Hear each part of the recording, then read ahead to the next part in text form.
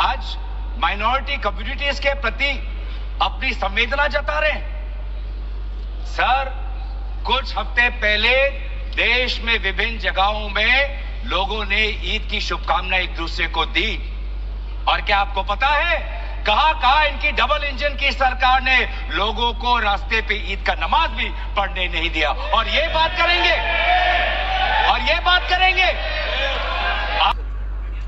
किस कौम को आप भ्रमित करना चाहते हैं?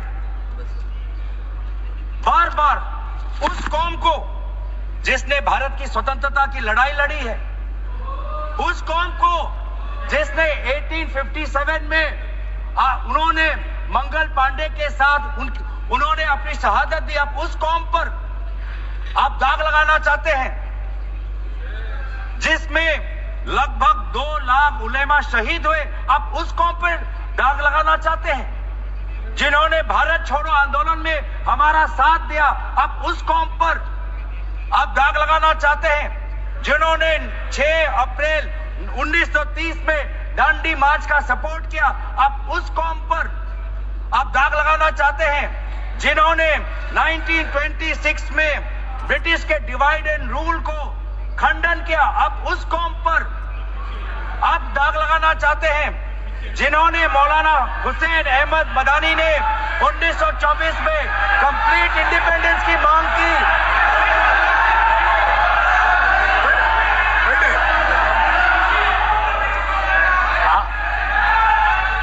जब आप लोग भारत छोड़ो आंदोलन का समर्थन नहीं कर रहे थे, उस कौम ने भारत छोड़ो आंदोलन का समर्थन किया। जब आप लोग अंग्रेजों को मर्सी पिटीशन लिख रहे थे, वो माल्टा में 3 साल और इजिप्ट में उन्होंने शहादत दी।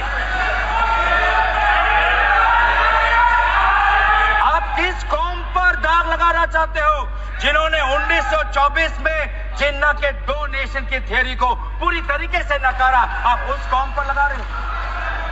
सर, यही है इनका डिवाइड एंड रूल। यही है इनका डिवाइड एंड रूल। इनकी कहीं और है मंशा। सर, मैं भी एक टिप्पणी देना चाहूंगा कि आज ये एक विशेष समाज के जमीन पर इनकी नजर है, कल समाज के दूसरे अल्पसंख्यकों के जमीन पर इनकी नजर जाएगी। आज ने उल्लेख किया, इसलिए मैं करना चाहता हूं। इन्होंने उल्लेख किया कि बहुत से लोग आए जेपीसी में। सर, ऐसे भी लोग आए जिनको वक्त को लेकर इनका कोई जानकारी भी नहीं थी, कोई जानकारी नहीं थी। सर, ये बिल आज इस संविधान के इस जो मूल जो ढांचा है उस पर आक्रमण है, और इनकी जो पूरा जो भाषण था वो हमारे संविधान के इस मौलिक अधिकार पर, हमारे संघीय ढांचे पर एक आक्रमण था। आज इस सरकार का इस बिल के द्वारा 4 इनके मूल उद्देश्य। पहला मूल उद्देश्य है कि संविधान को कमजोर करना, टू डाइल्यूट द कॉन्स्टिट्यूशन। इनका दूसरा उद्देश्य है भ्रम फैलाना, to defame the minority communities of India. इनका तीसरा उद्देश्य है to divide the Indian society. हमेशा हमारे बीच में एक लिटिगेशन चलता रहे, मसला और बढ़ता जाए, ये उनका उद्देश्य है। और चौथा इनका उद्देश्य डाइल्यूट, डिफेम, डिवाइड, और चौथा इनका उद्देश्य है to disenfranchise the minority communities. तो उन्होंने कहा कि इसको बिल लाने से पहले बहुत विस्तार रूप से इस बिल की लाने के लिए चर्चा हुई थी। सर, पूरा का पूरा मिसलीडिंग। 2023 में सर सरकार 24 में आई, ये खुद 24 के बीच में इन्होंने अपना बिल लाया। 23 सन के वर्ष में 4 बार माइनॉरिटी अफेयर्स कमेटी की बैठक हुई। मुंबई में हुई 13 जुलाई, दिल्ली में हुई 21 जुलाई को, लखनऊ में हुआ 24 जुलाई को, दिल्ली में 2 बार हुआ 20 सितंबर और 7 नवंबर को। मैं आदरणीय सरकार से दरखास्त करूंगा कि इन 5 सरकारी मंत्र जो मीटिंग हुई मिनिस्ट्री ऑफ माइनॉरिटी अफेयर्स का, उनका मिनट्स टेबल पे रखे। एक भी मीटिंग में नया वक्फ अमेंडमेंट बिल चाहिए उसका जिक्र भी नहीं हुआ था। जिक्र भी नहीं हुआ, जिक्र भी नहीं हुआ। इनके मिनट्स हमारे पास, हमने देखे।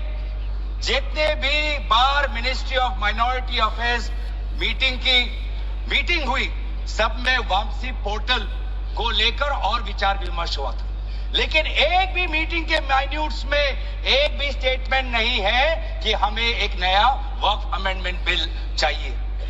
तो मैं तो यही पूछना चाहता हूं कि अगर नवंबर 2023 तक मिनिस्ट्री ऑफ माइनॉरिटी अफेयर्स ने यह वाजे भी नहीं समझा कि नया एक बिल लाने की जरूरत है, मैं तो बस इतना ही पूछना चाहूंगा कि ये bill ministry of minority affairs ने बनाया या किसी और दूसरे विभाग ने बनाया? कहां से आया ये बिल? कहां से आया? सर, ये क्लॉज नंबर 29L में लिखा है कि अगर is a member of any association which has been declared unlawful under the Unlawful Activities Prevention Act 1967। यूआपा आपने लाए, ठीक है। आप कहीं रिगरस प्रेजेंटमेंट को उसको सिंप्लीफाई करके प्रेजेंटमेंट लाना चाहते हैं और कहीं आप यूआपा का संशोधन लाना चाहते हैं, आपका हक है।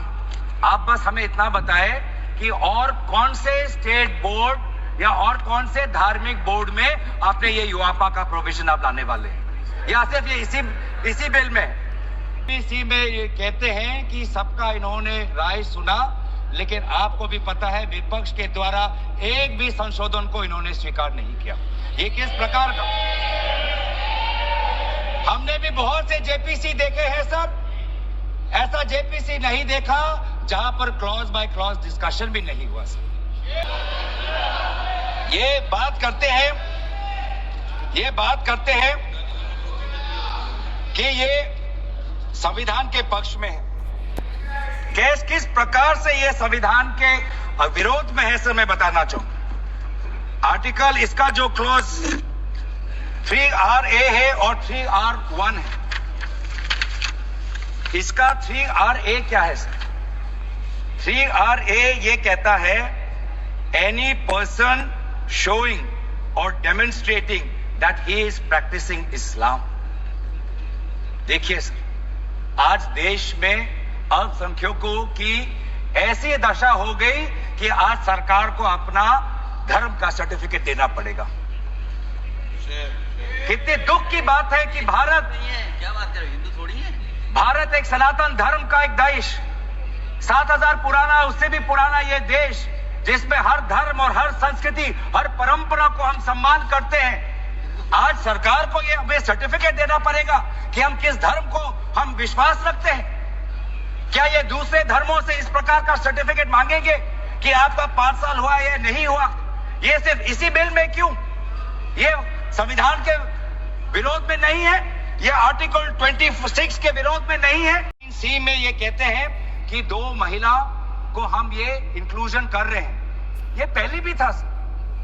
अगर आप 1995 एक्ट पढ़े तो ये पहले भी था, उसमें ये भी था कि 2 से ज्यादा सदस्य महिला हो सकती थी। इन्होंने तो 2 पे ही कैप कर दिया। ये पहले से ही था, ये सिर्फ दिखावा।